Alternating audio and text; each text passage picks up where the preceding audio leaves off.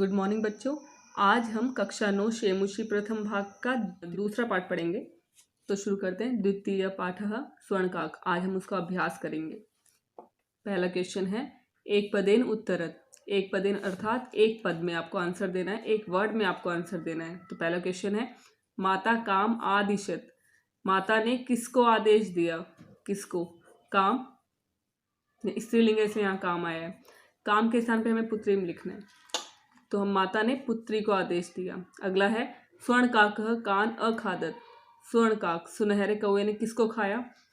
तो कान के स्थान पे हम तंडुलान लिखेंगे, तो स्वर्ण काकः तंडुलान अखादत, चावलों को खाया। ग देखेंगे प्रासादः कीदृशः वर्तते। महल कैसा था? कीदृशः कैसा, इसके स्थान पर हम लिखेंगे स्वर्णम अय, अर्थात सोने का था। प्रसाद सोने का था। अगला गृहमागत्य तया का समुद्घाटिता। घर आकर उसके द्वारा क्या खोला गया? तो का के स्थान पर मंजूषा लिखेंगे। मंजूषा अर्थात पेटिका, उसके द्वारा घर आकर मंजूषा खोली गई। अगला है लोभाविष्टा बालिका कीदृशी मंजूषाम नयति। लोभ में आविष्ट बालिका ने कैसी मंजूषा लेकर आई? तो हम इसके स्थान पर कीदृशी के स्थान पर लिखेंगे बृहतमा, बहुत बड़ी वाली। तो लोभ में आविष्ट बालिका बृहतमा मंजूषा नयति। पहले क्वेश्चन का अ पार्ट देखेंगे। अधोलिखिता नाम प्रश्नानाम उत्तराणि संस्कृत भाषा लिखत। नीचे लिखे हुए प्रश्नों के उत्तर संस्कृत भाषा में लिखो। पहला है निर्धनाया वृद्धाया दुहिता कीदृशी आसीत। निर्धन बुढ़िया की पुत्री कैसी थी? आंसर है कीदृशी कैसी। उत्तर निर्धनाया वृद्धाया दुहिता विनम्रा आसीत। यहाँ हमें कोई भी एक पदे नहीं लिखा हुआ है, तो हम उसको आंसर पूरे में देंगे। अगला है बालिकाया पूर्वम कीदृशः काकः न दृष्टः आसीत। बालिका ने पहले कैसे कौवे को नहीं देखा था? तो यहाँ कीदृश अर्थात कैसा। बालिकाया पूर्वम स्वर्ण काकः न दृष्टः आसीत। बालिका ने पहले सोने के कौवा नहीं देखा था। अगला है निर्धनाया दुहिता मंजूषाया कानी अपश्यत। निर्धन पुत्री ने मंजूषा अर्थात पेटिका में क्या देखा? उत्तर है निर्धनाया दुहिता मंजूषायाम महारहाणि हीरकाणि अपश्यत। कानी के स्थान पर हमें लिखना है महारहाणि हीरकाणि। निर्धन दुहिता ने, निर्धन पुत्री ने मंजूषा में बहुमूल्य हीरे देखे। अगला है बालिका किम दृष्ट्वा आश्चर्यचकिता जाता। बालिका क्या देखकर आश्चर्यचकित हो गई? तो किम के स्थान पे लिखेंगे बालिका स्वर्णम अय प्रसादम दृष्ट्वा आश्चर्यचकिता जाता। किम के स्थान पर सोने का प्रसाद, अर्थात बालिका सोने का महल देखकर आश्चर्यचकित हो गई। अगला है गर्विता बालिका कीदृशम सोपानम अयाचत कीदृशम च प्राप्नोत। घमंडी लड़की ने कैसी सीढ़ियां मांगी और कैसी प्राप्त की? उत्तर है गर्विता बालिका स्वर्णम अयम सोपानम अयाचत ताम्रम अयम च प्राप्नोत। घमंडी लड़की ने सोने की सीढ़ियां मांगी और तांबे की प्राप्त की। दूसरा क्वेश्चन देखेंगे। दूसरे का पाठ है अधोलिखिता नाम शब्दानाम विलोम पदम पाठा चित्वा लिखत। नीचे लिखे हुए शब्दों के विलोम शब्द पाठ से चुनकर लिखने हैं। पहला है पश्चात। पश्चात अर्थात पीछे, पुरः आगे। हसितुम हंसना, रोदितुम रोना। अधः नीचे, ऊपरी ऊपर। श्वेतः सफेद, कृष्णः काला। सूर्यास्त सूर्य का अस्त। सूर्योदय सूर्य का उदय। सुप्तः सोया हुआ, प्रबुद्धः जागा हुआ। संधिम कुरुत ख पाठ है। नी जमा अवसत नय वसत। सूर्य जमा उदय सूर्योदय। वृक्षस्य जमा उपरी वृक्षस्य उपरी। ही जमा अकार्यत ह्य कार्यत।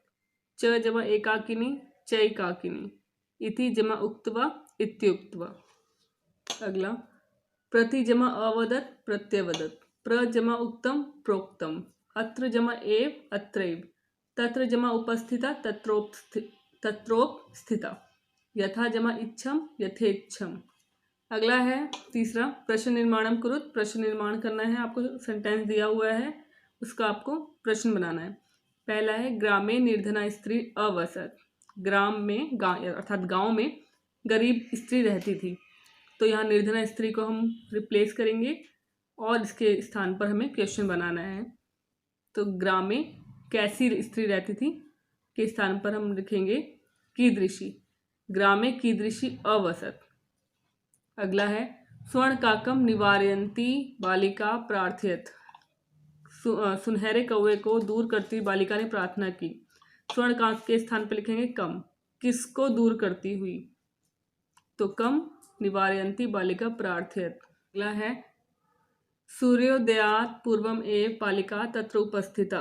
सूर्योदय से पहले ही बालिका वहां उपस्थित हो गई, तो किससे पहले, सूर्योदय से पहले। इसके स्थान पर, सूर्योदय के स्थान पर हम कस्मात लिखेंगे, किससे पहले बालिका वहां उपस्थित हो गई। अगला है बालिका निर्धन मातु दुहिता आसीत। बालिका निर्धन माता की पुत्री थी। निर्धन मातु के स्थान पे हमें लिखेंगे कस्याः, किसकी, बालिका किसकी पुत्री थी।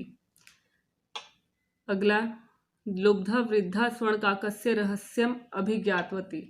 लालची बुढ़िया ने सोने के कौवे का रहस्य जान लिया, तो स्वर्णकाकस्य के स्थान पर लिखेंगे किसका, तो लालची बुढ़िया ने किसका रहस्य जान लिया।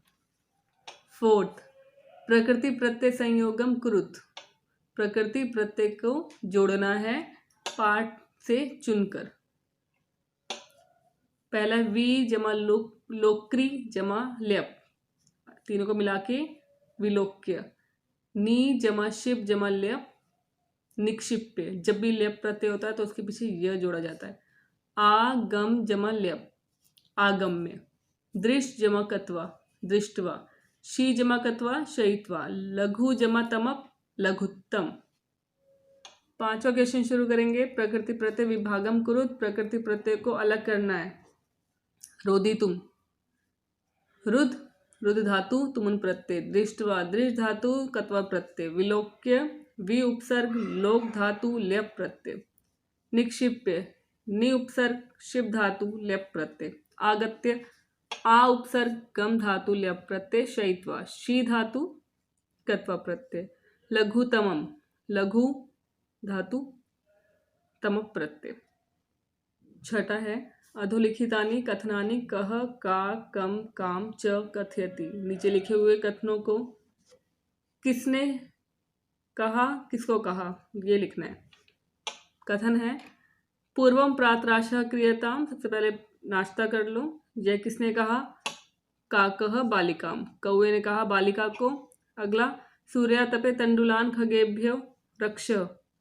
सूर्य की गर्मी में चावलों की पक्षियों से रक्षा करो। ये किसने कहा, माता ने कहा बालिका को। तंडुलान माँ भक्ष्य, चावलों को मत खाओ, किसने कहा, बालिका काकम, बालिका ने कहा कौवे को।